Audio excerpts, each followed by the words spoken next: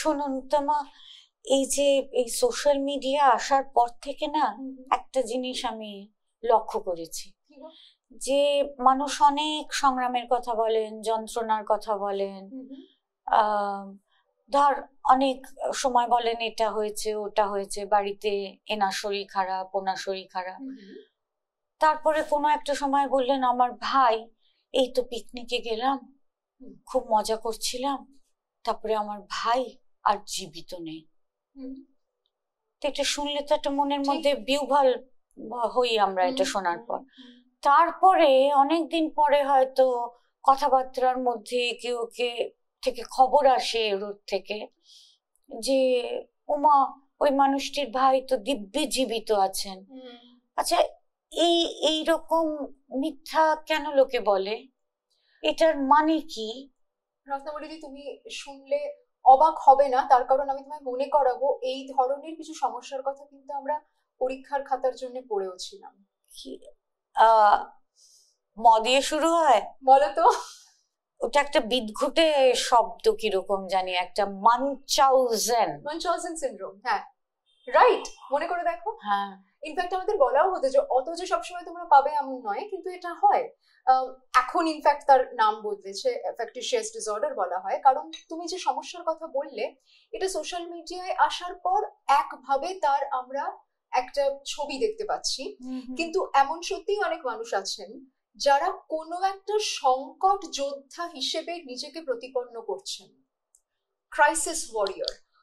সেটা তার শারীরিক সমস্যা রিলেটেড হতে পারে, ধরা যাক এমন কোনো রোগ যেটা তার হয়নি, আদৌ হয়নি, এবং এমনও নয় যে তিনি একটা ভ্রান্তি থেকে ভীতি থেকে এটা বলতে শুরু করছেন, তা নয়, তিনি জানেন আমার হয়নি, কিন্তু তথাপি তিনি এমনকি ডাক্তারের কাছে আসছেন, তিনি হয়তো হাসপাতালে যাচ্ছেন, এমনকি অনেক মানসিক সমস্যা আমার আছে বলে তিনি মেন্টাল হেলথ প্রফেশনালের কাছে যাচ্ছেন, বা আমার বাড়িতে বিরাট বিরাট বিপদ ঘটে যাচ্ছে, একটার পর একটা বিপদের ধারাবাহিকতা, তিনি আসছেন সেশনে, বাকি বন্ধু বান্ধবদের কাছে গিয়ে বলছেন। মাইন্ডেড সেই সব বন্ধুরা যারা গিয়ে তক্ষুনি সেটা এক্ষুনি খোঁজ খবর নিয়ে যাচাই করতে পারবে না, এবং তাই নিয়ে অফকোর্স সোশ্যাল মিডিয়ায় লিখছেন। এই জানান দেওয়া একেবারে কিছু অসত্যের উপর ভিত্তি করে নিজেকে একভাবে উপস্থাপিত করার প্রবণতার কথা আমরা কিন্তু এর আগেও পেয়েছি, আগেও পড়েছি। হ্যাঁ, আমরা এখনো পাই, এ কথা অস্বীকার করা যায় না। আমরা ক্লিনিক্যাল সেটআপে পাচ্ছি। মানে কেন করে?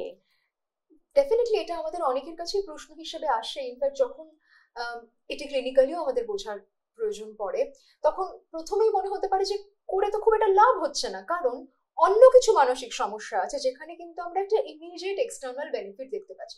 খুব ছোট উদাহরণ রত্নাবলী, ধরো আমি ছুটি নেব বলে একটা কোনো অসুখ হয়েছে জানান দিলাম, এগুলো কিছু নিরীহ মিথ্যের মধ্যে আছে। এক্ষেত্রে কিন্তু তা নয়, কারণ এটা কখনো কখনো একটা বৃহৎ আকার নিয়ে নিচ্ছে, এবং আমরা এমনও অনেক সময় দেখতে পাচ্ছি যেটাকে বলা হয় ফ্যাক্টিশিয়াস ডিসঅর্ডার ইম্পোজড অন আদার, একে বলা হতো যে মানচাউজেন প্রক্সি, যে বাড়ির কারুকে হয়তো শারীরিকভাবে একটু অসুস্থ করেও দিচ্ছে যাতে তার কেয়ার গিভার হিসেবে পরিপার্শ্বের কাছে নিজেকে বারংবার উপস্থাপিত করে একটা বাহবা পেতে পারে। আসলে তার প্রাপ্তির ইচ্ছে ওইটাই যে তুমি আমাকে একজন মানসিক সংকট বা শারীরিক সংকট যোদ্ধা হিসেবে ওয়ার্শিপ করো, গুরুত্ব দাও। গুরুত্বই সে পেতে চাইছে, কিন্তু জাস্ট অ্যাটেনশন সিকিং নয়, একটা নির্দিষ্ট ধরনের অ্যাটেনশন সিকিং। আমি ক্রাইসিস ওয়ারিয়র, এই আইডেন্টিটিটা সে নিচ্ছে ওই অ্যাটেনশনটা পাবে বলে।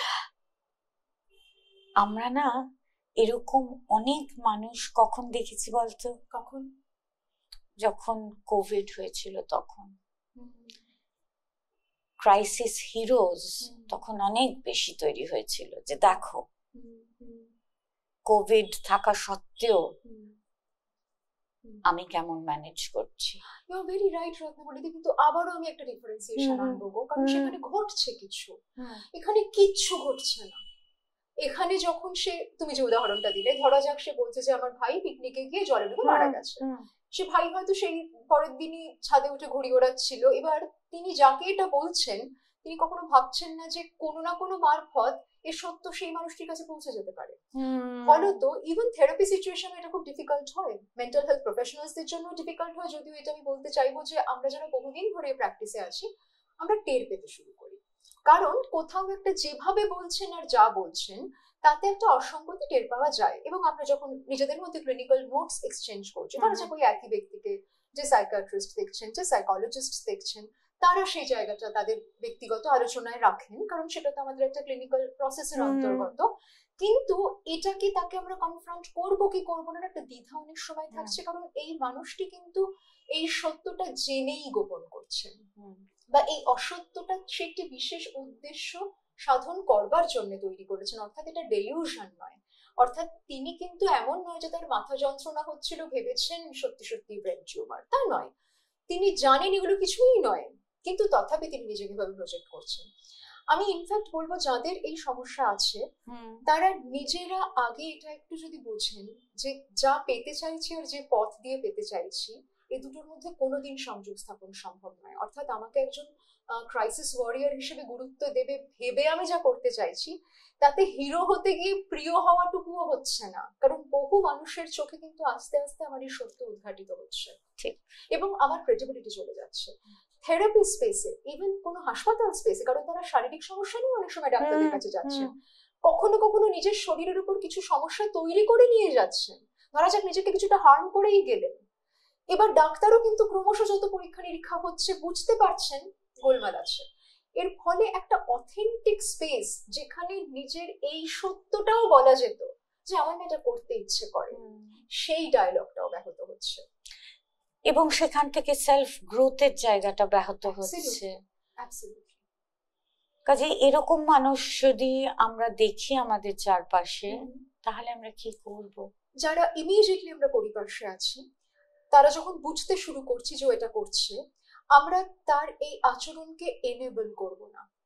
ইনফ্যাক্ট তুমি দেখবে এই মানুষরা, ইনফ্যাক্ট সোশ্যাল মিডিয়ার কথা দিয়ে শুরু করলে বলে বলবো, রত্না বলে দিই, এরা এই মুহূর্তে যারা এই ধরনের সমস্যা দিয়ে যাচ্ছেন, তারা সোশ্যাল মিডিয়ায় তাদের এই সমস্যার কথা, তাদের এই জয়ের কথা নানান ভাবে আনবেন। সেটাও কিন্তু তাদের এই সমস্যারই আরো একটা অভিব্যক্তি।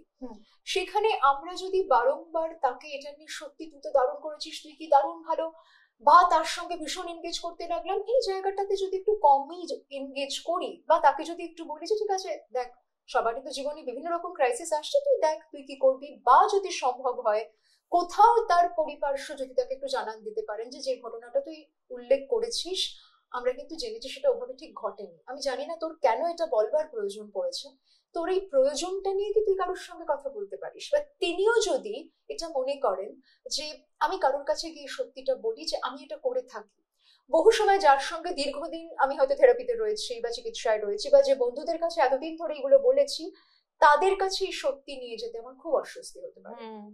নিশ্চয়ই আমি বলবো তাদের কাছে নিয়ে যেতে হবে না, একেবারে নতুন কারোর কাছে একটা সংলাপ শুরু করি, যাকে গিয়ে আমি বলতে পারবো যে আমার এই রকম ক্রাইসিস ওয়ারিয়ার হওয়ার একটা এমন নিড কাজ করছে যে আমি না নিজেকে একটা নির্দিষ্ট চরিত্রে নামাচ্ছি যেটা আসলে আমার জীবন নয়, পরিপার্শ্বকেও নানান চরিত্রে নামিয়ে দিচ্ছি, তাদের রেস্কিউয়ার হবো বলে তারা ওরকম কিছুর মধ্যে দিয়ে যাচ্ছেন না। এখানে একটা বিরাট বিপদ, বিরাট মৃত্যু, বিরাট টার্মিনাল ইলনেস পরিবারে কিছুই হয়তো নেই, আমার জীবনে যে সংকটের ক্রাইটা আমি বলছি কোনোভাবে নেই, কিন্তু আমি না এটা করে ফেলি। একেবারে নতুন কোনো প্রেক্ষিতে গিয়ে নিজের সঙ্গে নিজের মুখোমুখি দাঁড়িয়ে এই সংলাপ যদি স্থাপন করা যায়, তাহলে তার সঙ্গে জুড়ে থাকা আরো অন্যান্য দিক, কেন এমন একটা নিড এত গাঢ়ভাবে এলো, এই যে তার সম্পর্কের বিশ্বাসযোগ্যতা হারিয়ে যাওয়ার যে প্রবণতা তৈরি হচ্ছে, আর কিভাবে আমি সেটাকে মেরামত করতে পারি। আচ্ছা এই গুরুত্ব না পেলে কি সত্যিই আমার জীবন ব্যর্থ, যে আমাকে এই মূল্যেই গুরুত্ব পেতে হবে? এই সংলাপ সৎভাবে যদি সে থেরাপিতে কারোর সঙ্গে স্থাপন করতে পারে, আমার মনে হয় তারও ঘুরে দাঁড়ানো সম্ভব।